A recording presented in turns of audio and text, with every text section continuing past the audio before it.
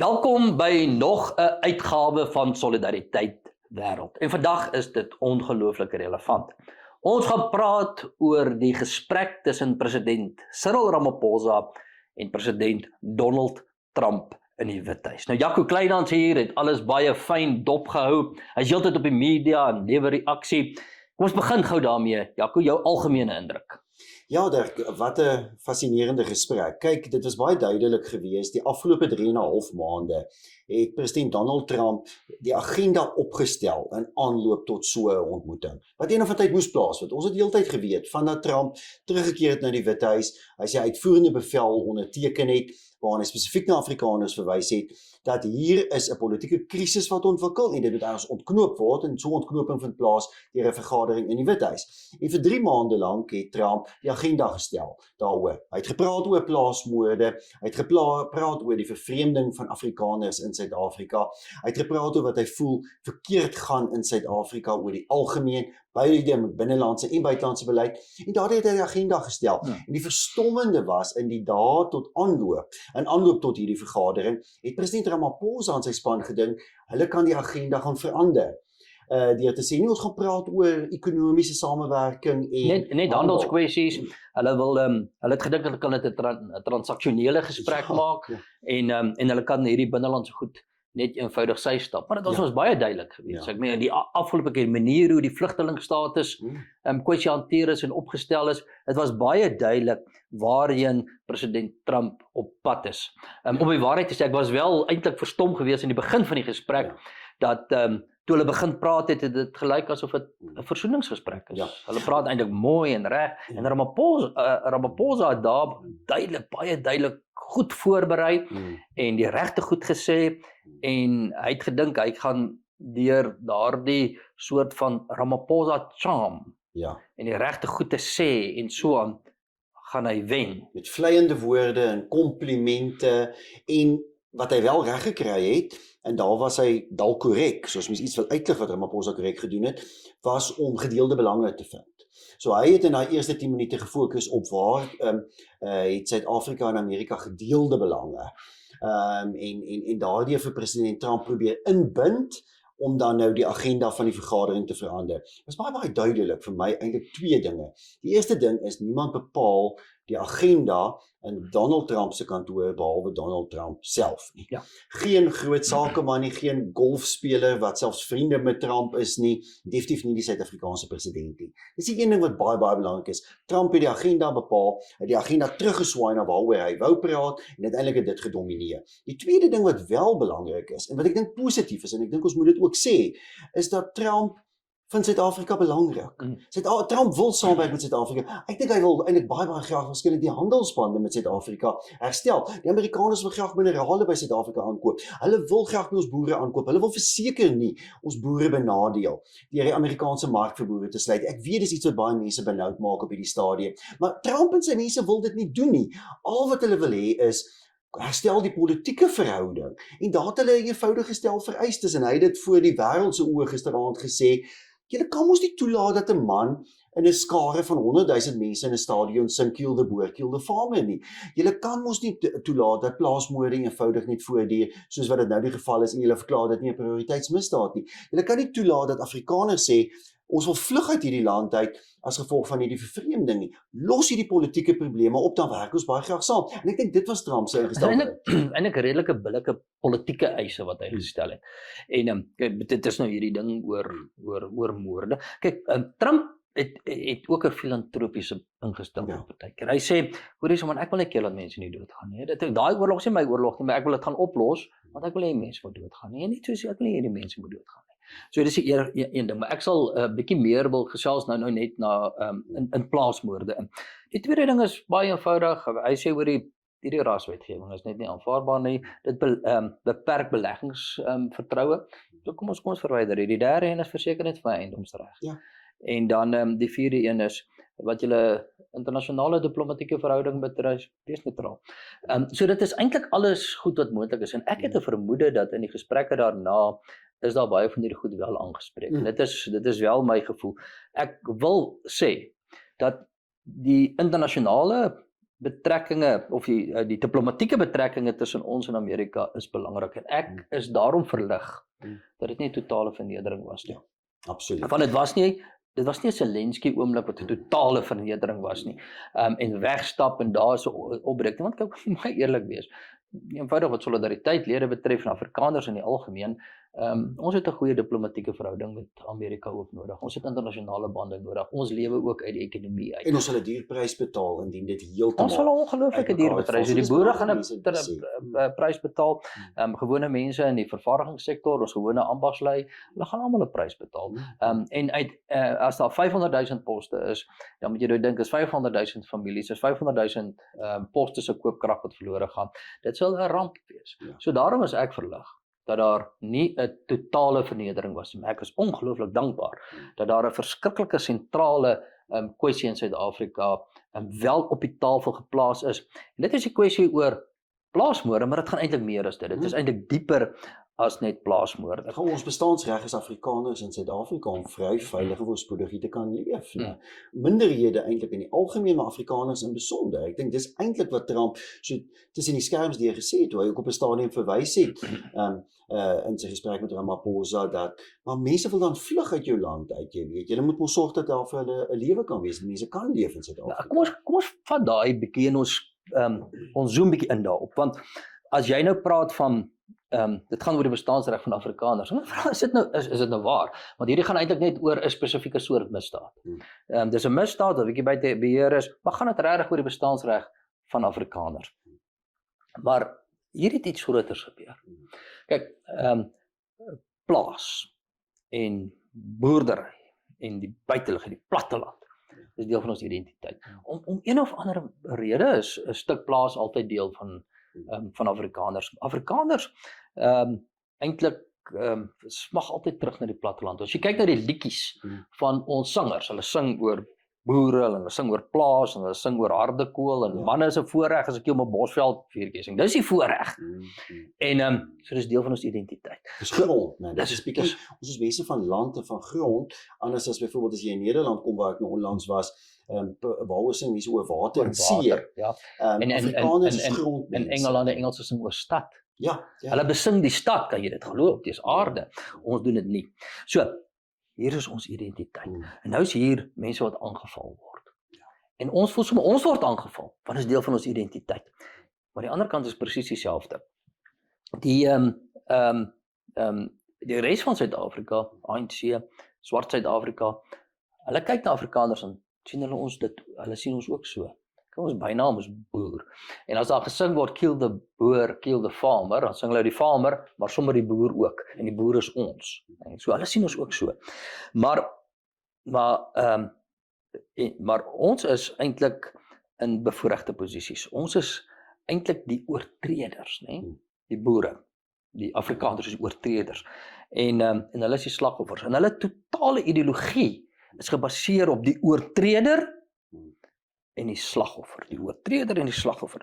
En as jy die boere Afrikaners simboliseer, en daar word erken, daar is 'n stuk onreg aan hulle, dan beteken ons is nie meer die oortreders nie. En dan val hier die hele model van hulle om. So hulle moet eintlik dit handhaaf, dat die oortreders is. Maar dis dieselfde vir ons ook. As hier 'n ontkenning is van plaasmoorde, dan voel dit vir ons, daar's 'n ontkenning van ons, onbewustelik. En daarom ek het interessant is dat Willie Spies het vanmôre op sy Facebook gesê dat toe hy dit kyk, was dit vir hom bevryding gewees. En dit is interessant, nee, ek bedoel daar word gepraat oor plaasmoorde, maar daar is vir hom 'n stuk bevryding, omdat sonder dat hy dit sê is omdat ek nie meer die meisond van die wêreld is nie. Maar daar's natuurlik 'n belangrike ding wat gebeur het, wat Trump reggekry het. Amper die belangrikste ding wat Trump reggekry het in hierdie gesprek met Ramaphosa, is dat hy Ramaphosa uiteindelik gedwing het, geforseer het om te distansieer van kill the boer, kill the farmer. Onthou Ramaphosa het nog al die pad geweier om dit te doen. En dit is ook altyd Ramaphosa se swakpunt. Kyk, jy het ook Ramaphosa se sterkpunt in die gesprek gesien en erken hom daarvoor. Hy het 'n manier in sy diplomatieke gesprekke met mense om te vlei en komplimente uit te deel, en mense met hom saam te vat met 'n soort van warm woorde en frases. Dit het ons in die eerste 10 minute van die gesprek gesien afspeel. Maar uiteindelik is Ramaphosa se swakste punt dat hy hom nie wil verbind tot ernstige uitsprake en ernstige besluite. En Ramaphosa het baie geleentheid gehad die laaste paar jaar om standpunt in te neem teen Kill the Farmer, om plaasmoorde tot 'n prioriteitsmisdaad te verklaar, soos wat die bende geweld waarna Johan Rupert verwys het, verklaar is as 'n prioriteitsmisdaad in die Weskaap.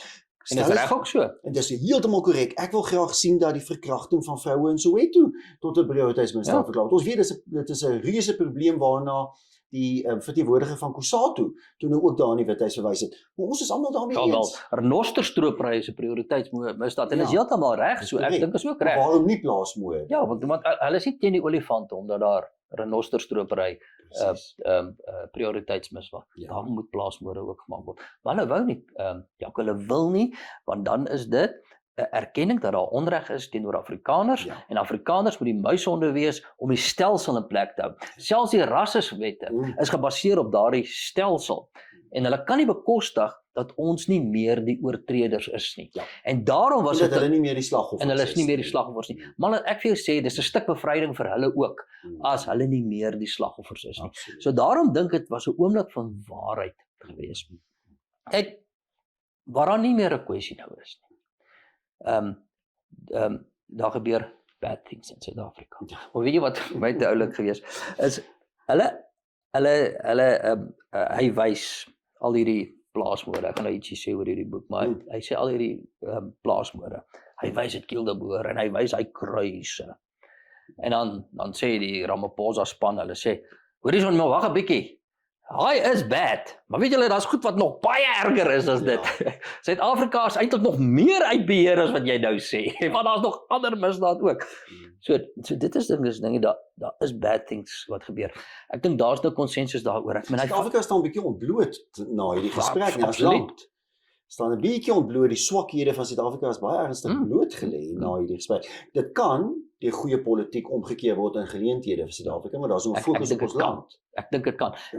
Die moontlikheid daarvan is wesenlik dat daar wel 'n ontknoping kan wees. En dis positief en daarin moet ons ook hoop vind. Daarom was gisterand was 'n absolute noodsaaklikheid. Ek is vreeslik bly. Hulle het nie handjies gevat en drukkies uitgedeel en dan is dit verby nie. Ek is vreeslik bly. Ramaphosa is nie totaal verneder nie. Ek is baie bly dat die waarheid gepraat is, dat dit 'n harde, rou gesprek was, maar Ramaphosa het tog op 'n manier met waardigheid hier uitgekom op sy manier. So, daar's nie 'n kwessie nie. Plaasmoorde is nou 'n werklikheid. Daaroor is daar nie 'n debat nie. Ek meen hy vat daai goed. Death, gooi die papiere so neer. En hy wys hoe sing Julius Malema, en hy wys die kruise. So daar's nie meer 'n kwessie nie. Maar dan nog 'n bietjie 'n vraag is, en dis al wat hoor is dit bad nie? Die vraag is dalk, word dit gedefinieer as 'n volksmoord? Ja, hoe erg is dit? Is dit 'n volksmoord? Ek onthou toe ons in Amerika was, jy sal ook onthou, toe het ons ook met die mense daar gepraat. Nou ons het nie die woord volksmoord gebruik nie. Ek moet sommer net vir interessantheid, hier is die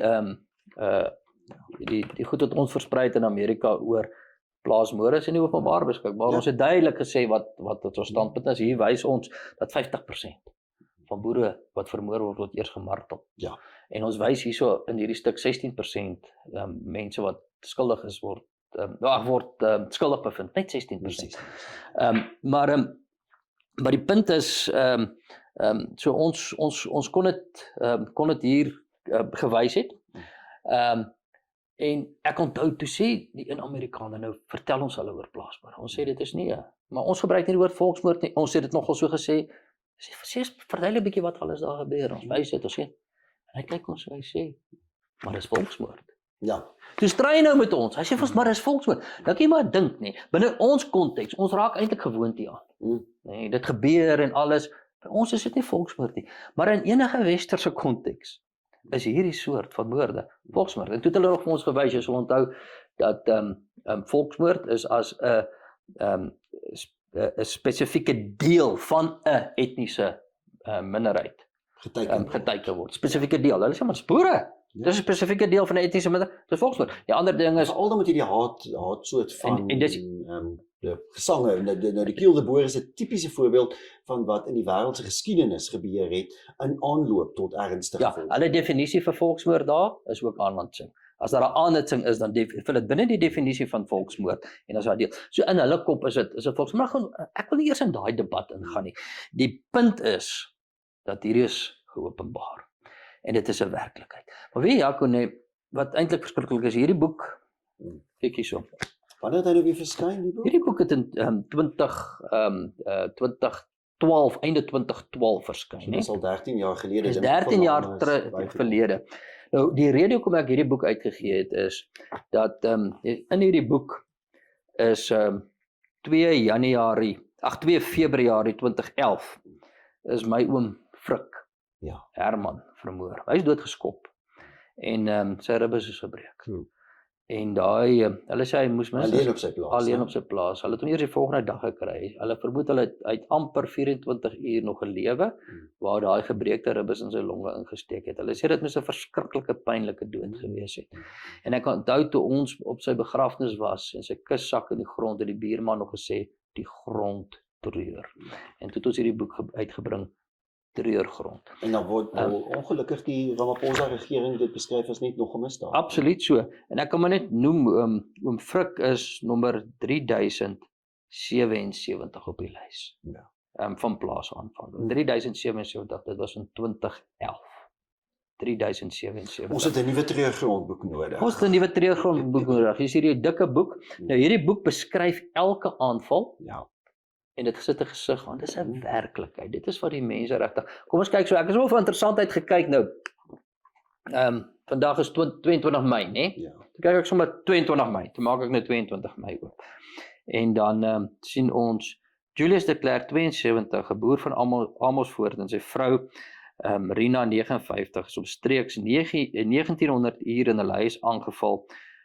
Toe die mans Julius by die agterdeur ingewag het. Julius het die deur oopgemaak en om hulle honde te laat uitgaan.